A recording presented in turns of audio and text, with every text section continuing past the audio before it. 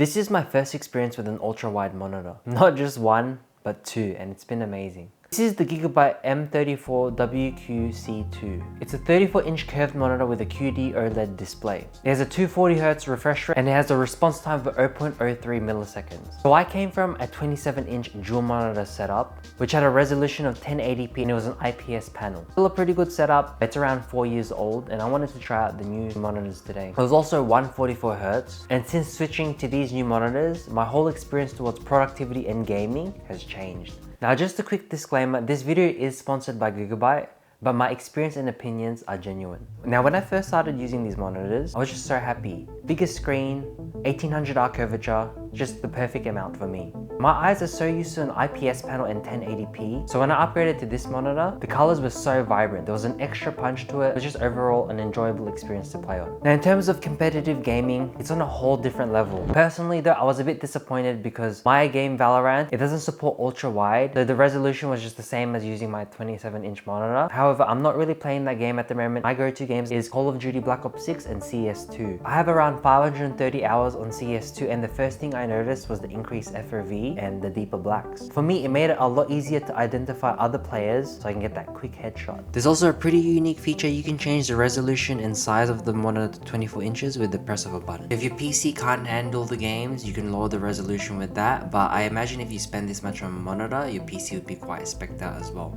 Now, surprisingly, I do find this feature quite useful because when I'm sweating in games, I can reduce the screen size to 24 inches because when the screen is so wide, I do get distracted at times. In terms of the ports, it has two HDMI 2.1s, a display port, a USB-C which actually connects to my MacBook and also powers my MacBook, 3 USB 3.2 ports, and a speaker.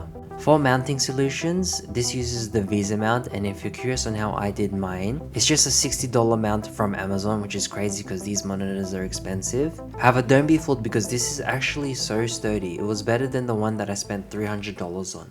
It took me forever to mount it and it wasn't user friendly, but that's not the point of this video.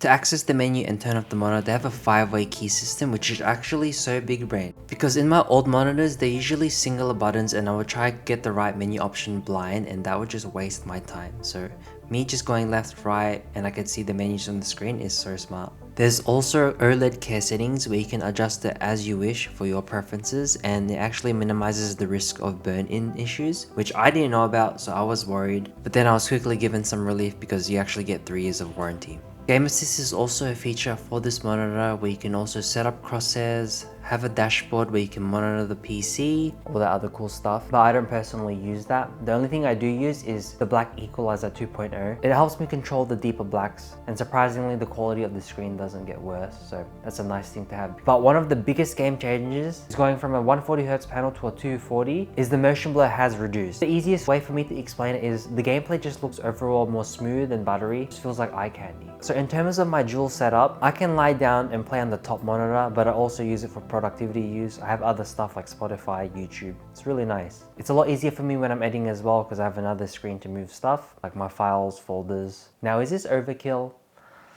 100%, but it makes me happy. So if you are a normal person, you would have a singular monitor, and the stand to it is actually really nice. The build quality on it is sturdy. I really like how fluid it is to adjust the monitor height. And if I didn't buy any monitor mounts, I actually really like the stand in terms of an aesthetic standpoint. I do kind of feel bad using 2 cracked out monitors, so maybe I'll use one of my old 27 inches above and just give my monitor to my brother because it's kind of a waste to use it as a secondary monitor with all the specs on it. But I'll see how I go. Now, it's been 2 weeks since I've been using this regularly for my work, and to be honest, I've been using this more for productivity, and it's helped a lot for when I'm editing because I make TikToks on a daily basis. Having the extra timeline space makes it easier for me to go back and forth, and it's just nice to have a bigger picture. There's also speakers built in this monitor, and let me play it right now and you let me know in the comments what you think of it, but I don't really use it because I have headphones.